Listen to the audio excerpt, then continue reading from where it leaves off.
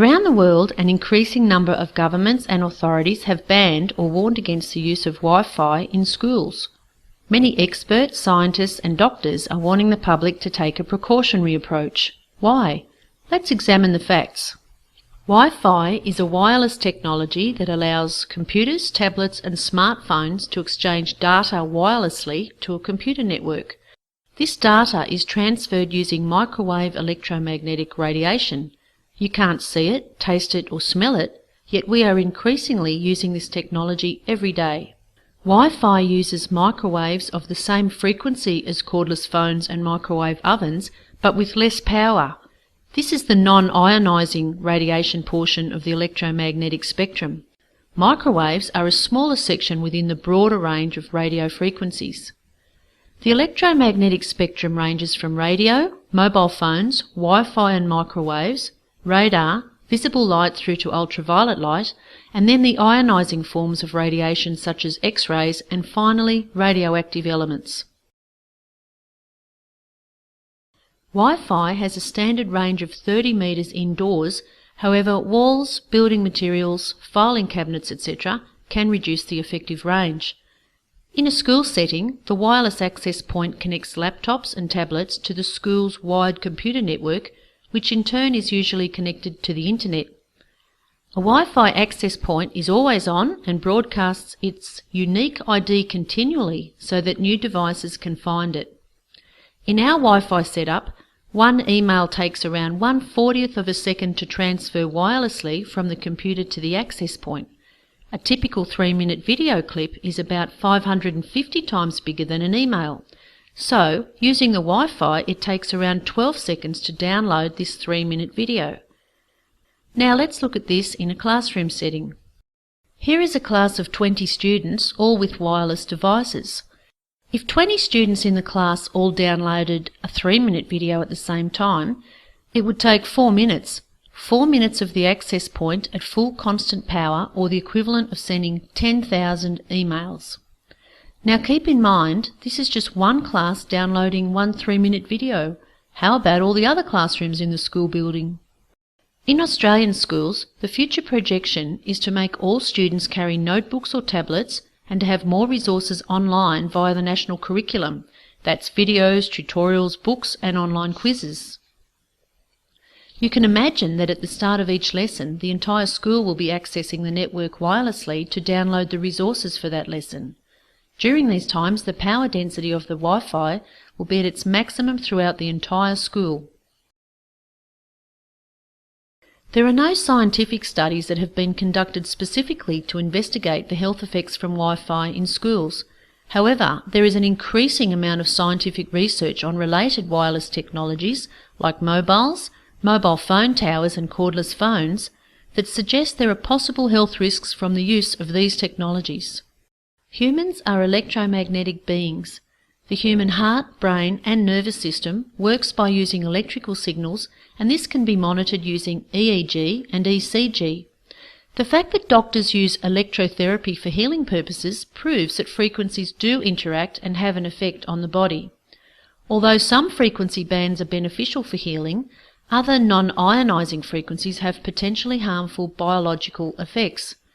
Growing numbers of scientists believe that artificial sources of electromagnetic radiation are interfering with the body's natural bioelectrical signals. Some people may be affected by exposure to Wi-Fi microwave radiation, and others may develop sensitivity to electromagnetic radiation.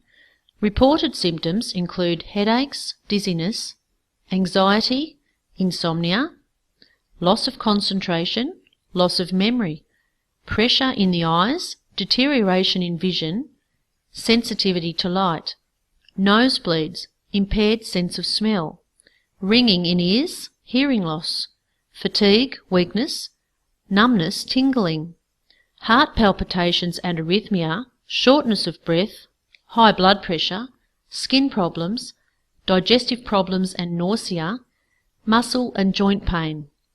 Research also indicates to an increased likelihood of more serious long-term effects including infertility, cancer and DNA damage. Radiation penetrates the body of a child or young person more than it does an adult. This makes children more vulnerable to microwave radiation due to their thinner skulls, softer bones, underdeveloped immune system and developing cells. They will also have a longer lifetime of exposure to EMR than adults today. The Australian Radiation Protection and Nuclear Safety Agency, ARPANSA, is the Australian government agency which sets the standard limits for radiation exposure as outlined by the International Commission on Non-Ionising Radiation Protection, ICNIRP. Radio frequency standards were developed in the 1950s for high-powered radar systems. The standards in Australia have remained virtually the same since this time. These safety limits are based on short-term thermal injury. This means that the safety standards are only based on the heating or burning of body tissue in a short period of time, like a microwave oven. The current safety limits do not take into account any non-thermal long-term effects.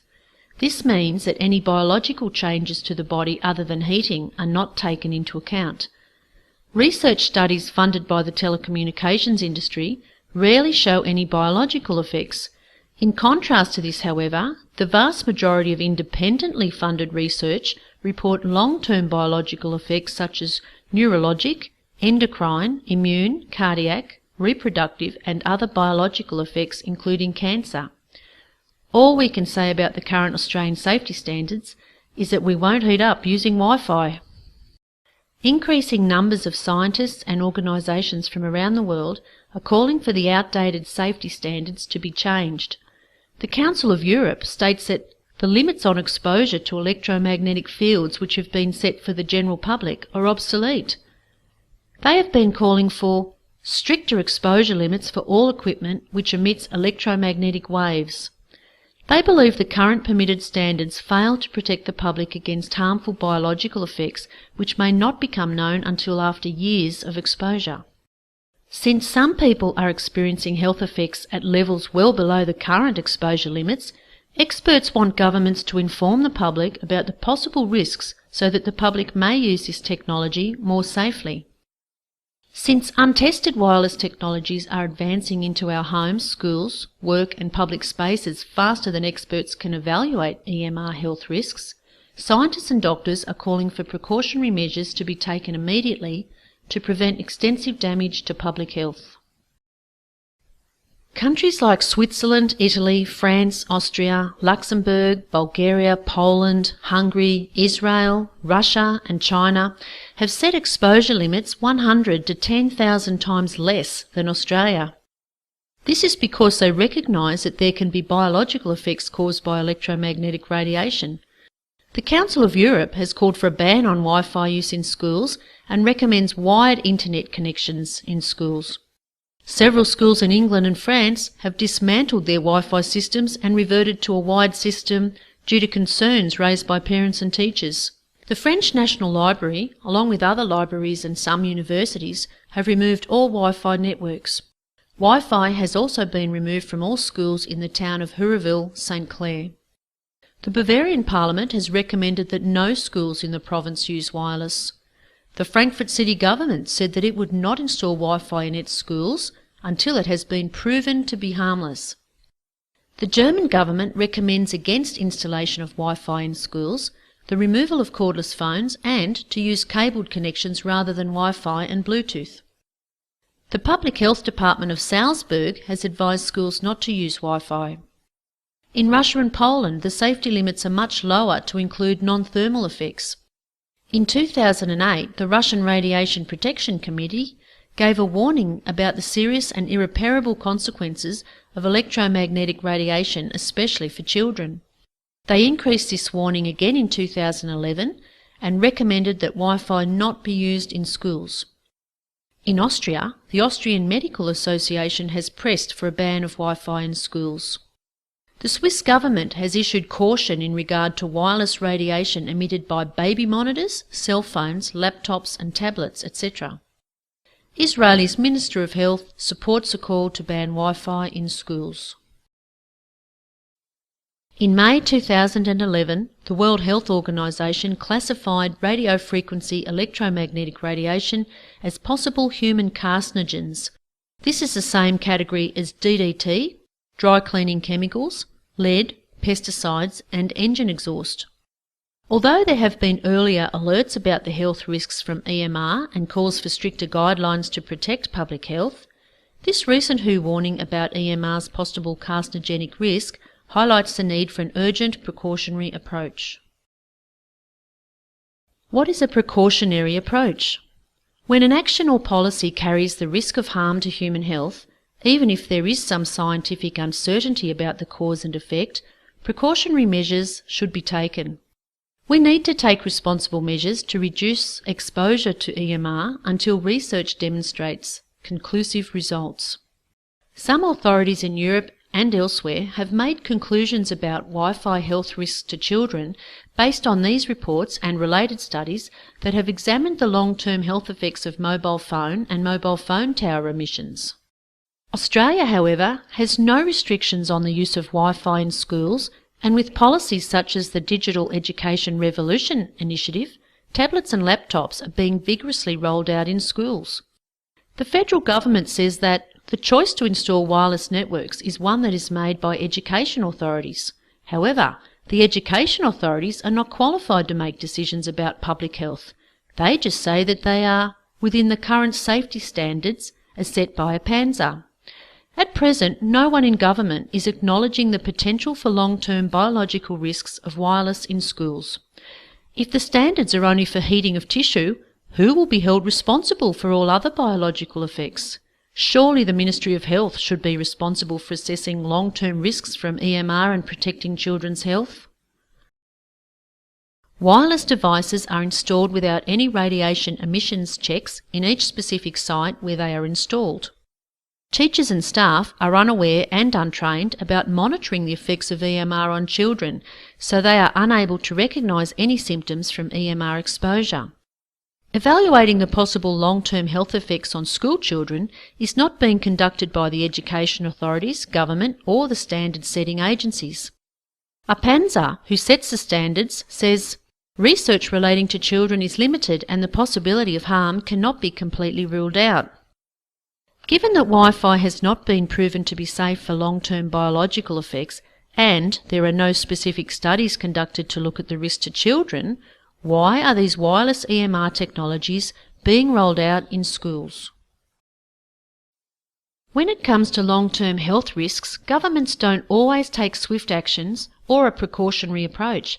This was the case with smoking and asbestos. In addition to public health, governments have many responsibilities including the economy, taxation and foreign policy. These can conflict with the government's health protection role. In Australia, telecommunications is an $18 billion industry per year. This is a huge economic success and valuable tax revenue for the government. To protect these interests, government and industry want conclusive evidence of biological effects. This could take another 15 to 20 years, by which time the damage could be extensive and irreversible to children. Employees of the telecommunications industry are often the experts called upon to provide advice on the safety limits. Surely there is a conflict of interest in having industry representatives tasked with this responsibility.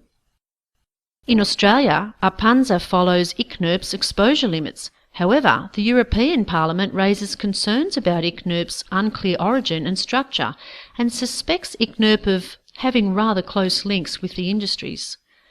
They also say that the industry benefits from recommendations for maximum threshold values of electromagnetic fields. Could this be the reason why obsolete safety standards are maintained and biological effects are disregarded despite mounting independent scientific evidence? Scientists from both sides agree that more research is needed. However, independent research which shows biological effects fails to receive further funding. Some scientists who have conducted research and found evidence of biological effects have been discredited, discriminated, had their funding stopped and their research prevented from being published. Shouldn't these very scientists be the ones that are supported and funded to clarify research into this area of uncertainty? Isn't it crucial to support genuine independent research that can provide objective evidence to protect public health rather than industry profits? We can't use obsolete safety standards developed for radar to prevent short-term heating injuries and hope that there are no long-term effects to children when used in a classroom setting. We urgently need objective, credible research into the long-term biological effects of wireless on children. We can't afford to put the convenience of wireless technology and cheaper short-term costs before children's health. Authorities like the European Parliament and the European Environmental Agency believe that there is already sufficient scientific evidence for governments to take an immediate precautionary approach, especially to protect children who are most vulnerable. They state that waiting for high levels of scientific and clinical proof can lead to very high health and economic costs, as was the case in the past with asbestos, leaded petrol and tobacco. However, ignoring the early warning could be much worse, as EMR affects everyone. All populations are now exposed to varying amounts of electromagnetic fields. These levels will continue to increase as technology advances. Over the last 15 years, there has been a steep increase in illness amongst young people. Allergies, asthma, autism, learning disorders, behaviour disorders, ADHD, concentration problems, strokes and brain tumours have been rising each year. Some scientific reports have matched these spikes in illness with the published research on the effects of low-level radiation on human health. They show how the increase in illness corresponds with the increased use of wireless communication technologies over the past 15 years. Currently in Australia, despite the early warnings, more and more new wireless technologies are introduced into our daily lives. Mobile phones, 3G, 4G, cordless phones, Wi-Fi, baby monitors, digital radio and TV, smart electrical meters and other smart appliances. In the face of uncertainty, where children are concerned, shouldn't we take smarter options to reduce the exposure from wireless radiation in schools? Chronic exposure to wireless radiation is a preventable environmental hazard that is sufficiently well documented to warrant immediate precautionary actions. Responsible authorities overseas have responded by banning or warning against the use of Wi-Fi in schools. It is time for the Australian Government and education authorities to take responsible precautionary measures to reduce the risks from EMR exposure. Wi-Fi in Schools Australia fully supports the use of technology, computers and the internet for education in schools. We also believe that schools have a duty of care and need to provide a safe learning environment for all children. We believe that schools should not expose our children unnecessarily to the long-term risks from the use of wireless technology. We favour wired communications as a safer option until there is conclusive evidence that there are no harmful effects from long-term use.